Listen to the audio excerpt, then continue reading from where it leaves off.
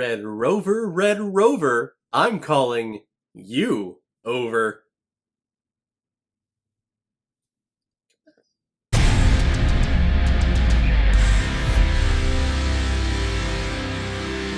Red Rover, released in video on demand in May of 2020 and is directed by Shane Belcourt, who's behind Incident, The Crimes of Shelley Cartier, and TV shows like Urban Native Girl and Heritage Minutes. And this film is starring Christian Brune, Cara Gee, Megan Heffern, and Anna Hopkins. Damon, played by Christian Brune, spends his waking hours searching for that exclusive something, whether it's for deeper meaning, love, or just treasure on the beach with his metal detector. But to no avail. So when Damon meets an offbeat musician named Phoebe, handing out flyers for a one-way trip to Mars, a bond quickly forms, and she's gonna help him find that thing he is looking for by sending him 33.9 million miles away, even though what he needs might be right in front of him. And if that is not the most generic romantic comedy, romantic drama type plot synopsis, I don't know what is. And this is one of the screeners that I received from gingernutsofhorror.com. Again, this is an awesome website where they review a bunch of horror aspects, books, films,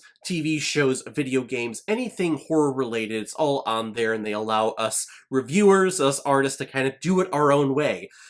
Surprisingly though, this is not a horror film at all. This is a 100% pure romantic...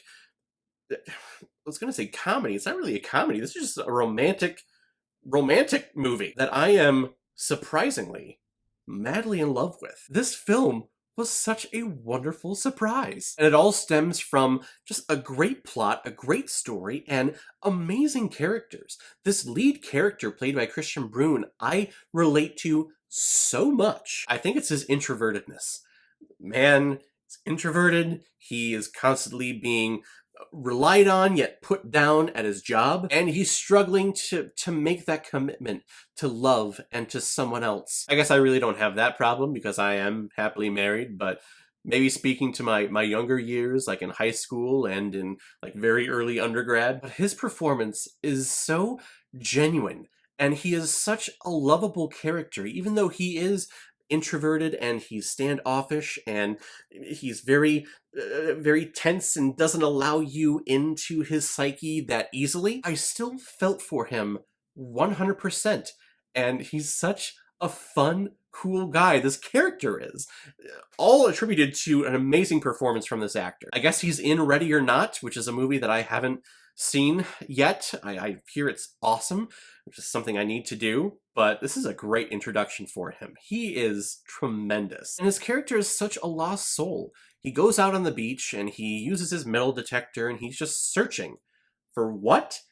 We don't know until really the end of the movie. We finally figure out what he's out there searching for. And just the heartbreak of going through breakups and going through his frustration with work and really with life in general, that he would rather put it all behind him and go travel to the next closest planet in our solar system. A one-way trip. He is never coming back. He would rather do that. It's sad, yet kind of beautiful at the same time. And when he meets this woman Phoebe on the beach handing out these flyers for this Red Rover mission, it's one of those independent websites that are like, hey, we'll take your couple $100,000 donations, and when we get our spaceships ready, we'll go ahead and send you on this mission to Mars to colonate it and to populate it. It's actually shocking that this didn't turn out to be a scam in this movie, because I know 100% that there are scams in real life like this. So he needs to create like an audition tape because they're gonna do like a reality show where they're gonna compete for the opportunity to go up into the spaceship and go to Mars. And Phoebe helps him get into shape. He helps him do his audition tape and help him do his interviews.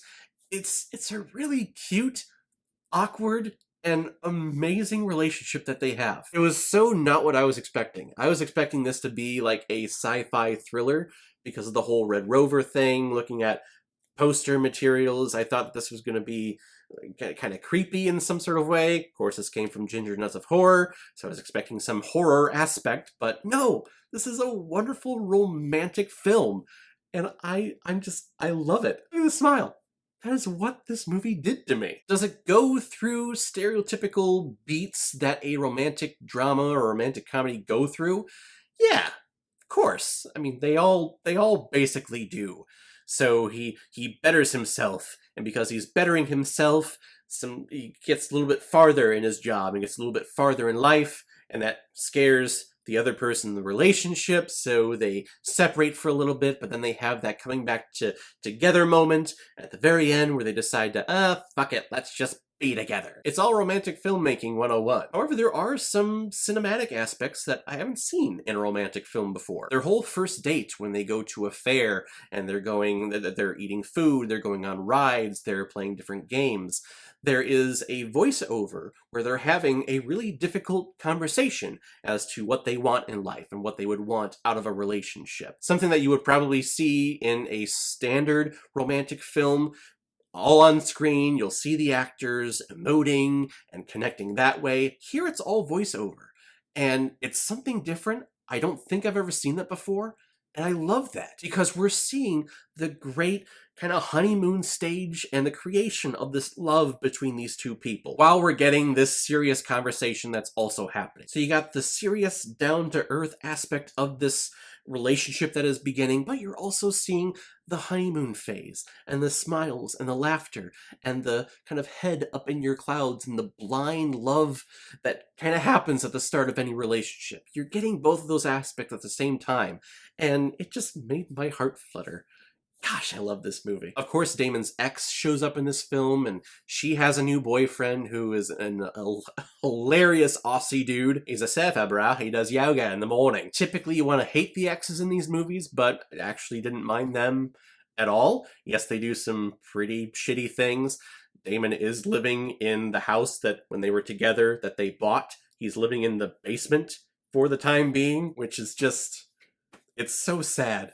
It's so sad in so many ways. It makes you feel so much more for this guy. It was such a wonderful delight of a movie, and I like this undertone that it had the entire time of geology and the erosion aspect, the erosion of these rocks and of these sediments just over time, either whether it's hit by wind or other rocks or water crashing up on the beaches, just things eroding and stripping away till we get to what looks to be a beautiful rock formation. That's kind of Damon in this movie. I can't recommend this movie enough. This is going to be on my top 10 films that I've reviewed for the year. I'm gonna make sure it gets on there somewhere. I can't believe I'm doing this. I haven't done this in a while, I don't think, but I'm gonna give Red Rover 5 out of 5 Blu-rays. I think I see blue. He looks glorious. And I think this is the first screener that I have gotten that I've done that for. This is the highest rated screener I've ever gotten. So thank you very much, Red Rover. This was amazing. Thank you, Ginger Nuts of Horror, for the screener.